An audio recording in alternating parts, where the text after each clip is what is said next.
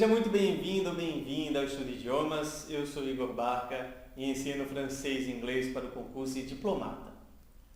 No vídeo de hoje eu gostaria de contar uma história para você.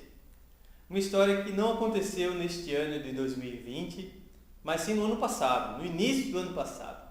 E eu guardei essa história para você até hoje, né? É uma história bem interessante, espero que você aprecie. Hoje eu vou contar a primeira parte e no vídeo seguinte nós teremos a segunda parte dessa história, tá bom? Então vamos lá, vamos começar. Eu não sei se você já participou de uma aula virtual, de uma sala de aula virtual, mas a rotina é mais ou menos parecida com a sala de aula física, né? O professor, ele geralmente é o primeiro a chegar, então ele entra na sala, organiza a sala para receber os alunos. No meu caso, eu organizo os materiais com os quais eu vou trabalhar, né? Os slides, eu organizo os sites que eu quero mostrar, o conteúdo que eu quero apresentar e me preparo para receber os alunos, né?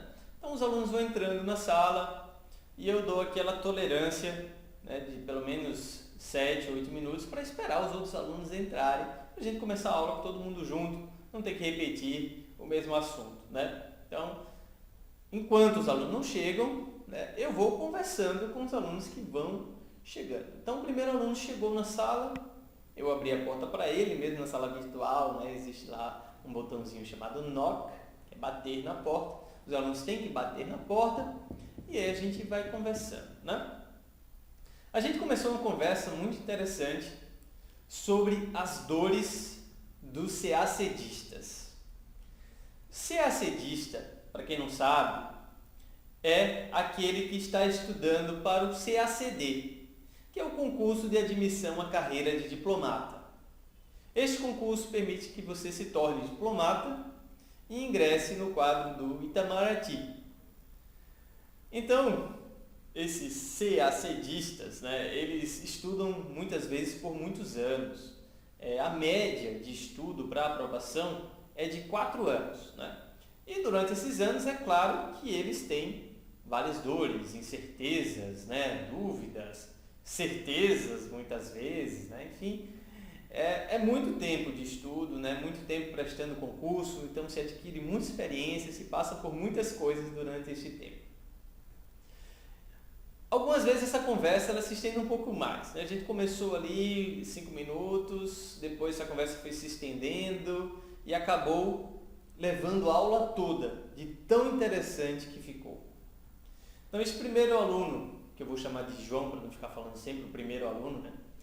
João entrou na sala e fez uma pergunta assim para mim, né? Depois de eu ter perguntado para ele como é que andavam os estudos, etc, né? Justamente para conhecê-lo melhor, para saber mesmo das suas dificuldades, saber como eu poderia ajudá-lo melhor, né?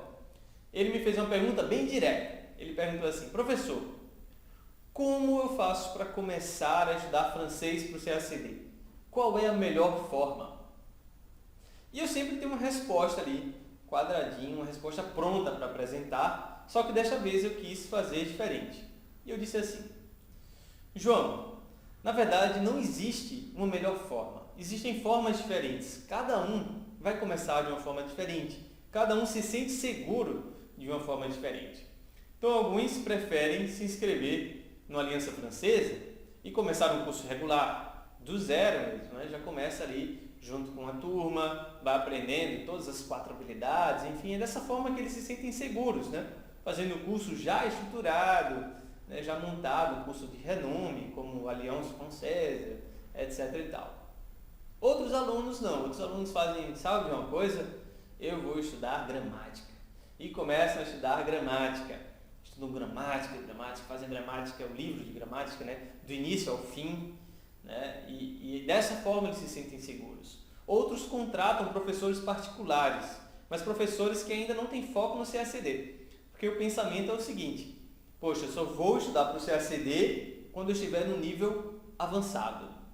Mas isso não é verdade, né? Eu respondi que o ideal, agora é a minha opinião, o ideal, na minha opinião, era começar a estudar para o CACD desde a primeira aula. Então, se você já sabe que você quer se tornar diplomata, comece com esse foco. comece a estudar já pensando na prova.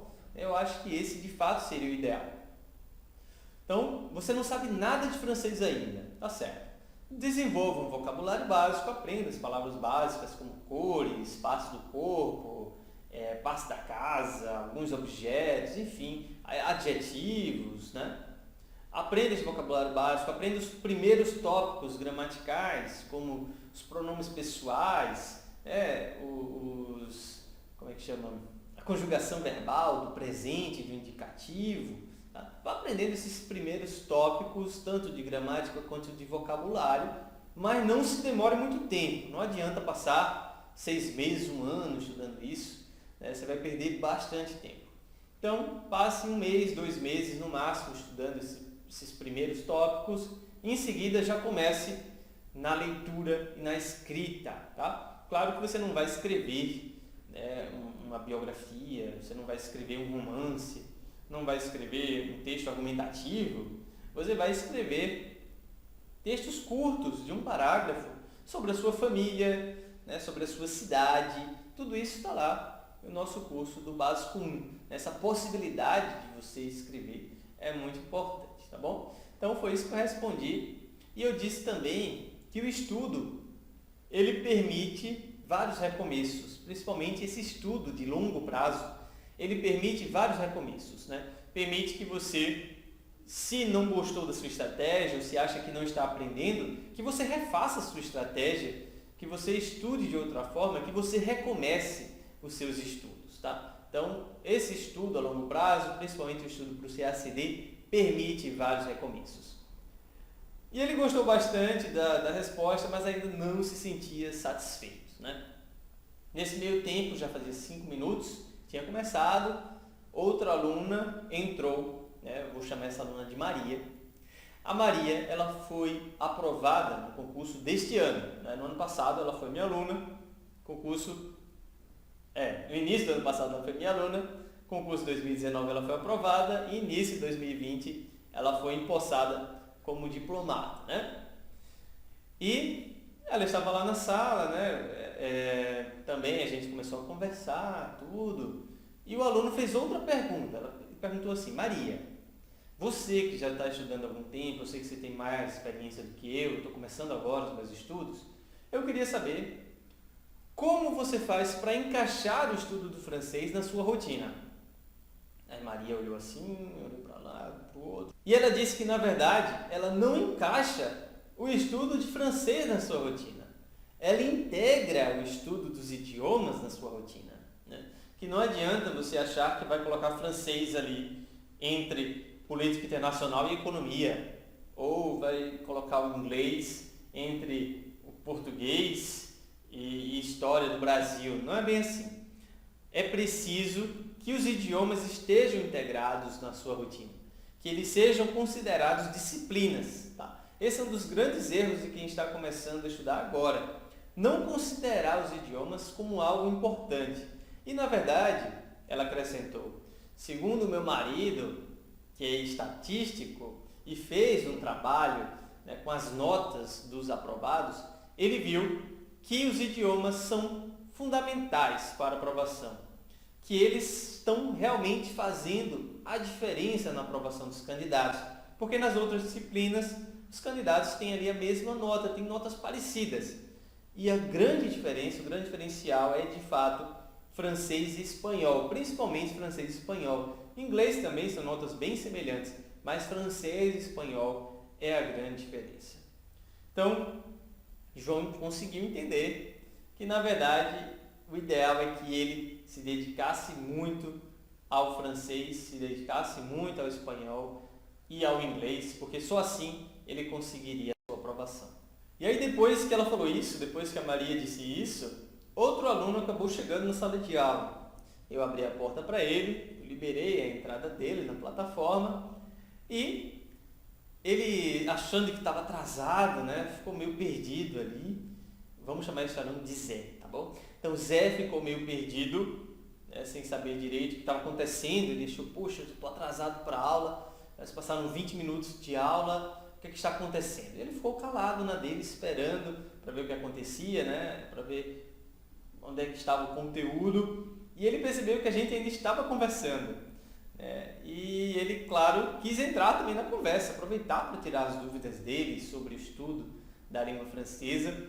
E foi muito interessante, né? Quando isso acontece, os professores ficam em êxtase, né? Um professor de idiomas, com certeza, fica em êxtase, né? Vendo os alunos falando sobre estratégias de estudo, né? Sobre como eles querem dominar melhor a língua francesa, etc. E o Zé não contou conversa e perguntou como ele poderia fazer para melhorar o vocabulário. E aí essa pergunta deu muito pano para manga, porque cada um trabalhava de uma forma o vocabulário da língua francesa. Então, o João, ele gostava muito de traduzir textos. Ele traduzia textos, né? A Maria lia muito em francês. E o José dizia que gostava de trabalhar com flashcards. E cada um trabalhava o vocabulário da sua forma, né? Isso é que é interessante, né? Eu não posso dizer aqui, olha, o ideal é trabalhar por flashcards. Mas se não funciona com você, você não deve usar essa técnica. É por isso que durante as minhas aulas eu apresento diversas técnicas para se estudar vocabulário. Flashcards, Palácio da Memória. Eu falo também de livros específicos para se trabalhar vocabulário. Eu falo da leitura atenta, que pessoalmente é o método que eu uso, né, para melhorar o meu vocabulário. Então a leitura atenta é a minha maior ênfase, porque de fato é o que eu mais conheço e é o que eu faço de fato para melhorar o meu vocabulário de francês, de inglês, de italiano, das línguas que eu estudo, né? E o que é a leitura atenta? Se você acompanha este canal há algum tempo, você sabe que a leitura atenta nada mais é do que se atentar aos detalhes do texto, se atentar às estruturas do texto, às palavras que você não conhece e às estruturas que você deseja utilizar nos seus próprios textos, tá? Então, o objetivo da leitura atenta é simplesmente passar o que está na sua compreensão para a sua expressão, que está ali no seu campo passivo para o campo ativo, né? Nós temos vocabulário passivo e ativo. Nosso vocabulário passivo sempre será maior do que o nosso vocabulário ativo. Mas o pulo do gato é esse. É você simplesmente deixar de entender os textos e passar a se expressar melhor, né? Então, levar a compreensão daquelas palavras para a sua expressão, a compreensão daquelas estruturas para a sua expressão. Então, é isso que eu faço na leitura atenta. E é isso que eu recomendo também que os meus alunos façam e ensino a fazer, né? Mas se não funcionar para você, se o que funciona para você é traduzir textos, traduza, né? Se o que funciona para você é flashcards, faça flashcards, mas busque se conhecer, busque entender o que é melhor para você, tá bom? Então esses meus 3 alunos, por exemplo, que estavam lá conversando, né, super empolgados, eu também super empolgado, né, primeira vez que isso acontecia nas minhas aulas, né, durante tanto tempo, uma conversa tão bacana. Então, cada um trabalhava de uma forma diferente, era interessante demais, né? Maria, João e o Zé, eles moravam em cidades diferentes do Brasil, né?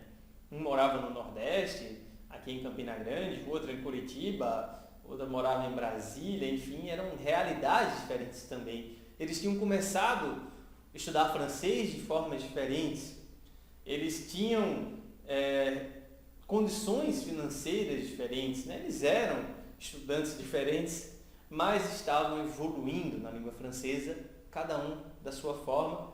E é engraçado também dividindo ali o mesmo espaço virtual e dividindo também o mesmo professor e a mesma metodologia de estudo, né? Então isso foi muito interessante para mim, eu gostei bastante disso daí, né? E eu acho que a gente deve continuar essa história depois, porque assim como o tempo acabou na nossa aula, né, a aula teve que ser encerrada em determinado momento da nossa conversa, o nosso vídeo também vai ter que ser encerrado agora, porque já faz muito tempo que eu estou aqui falando, né? O vídeo não ficar muito longo, a gente vai fazer uma segunda parte dessa história. A história ainda não acabou, mais alunos ainda vão entrar, vão fazer novas perguntas e a gente vai aprender mais ainda com essa historinha, tá bom? Então, se você gostou dessa primeira parte da história, deixe o seu like aqui no vídeo. Se você não é inscrito ainda no canal, inscreva-se no canal, tá bom? Isso é muito importante para mim e para o algoritmo do YouTube, para que mais pessoas possam assistir a este vídeo e conhecer essa historinha que está tão bacana, tá bom? Por enquanto, nós temos aí 4 personagens, né? Eu, a Maria, o João e o José, tá bom? Depois vai entrar uma 5ª personagem e a conversa vai continuar, e a gente vai aprender ainda mais, beleza? Então é isso, se gostou, deixe seu like, inscreva-se no canal e até a próxima.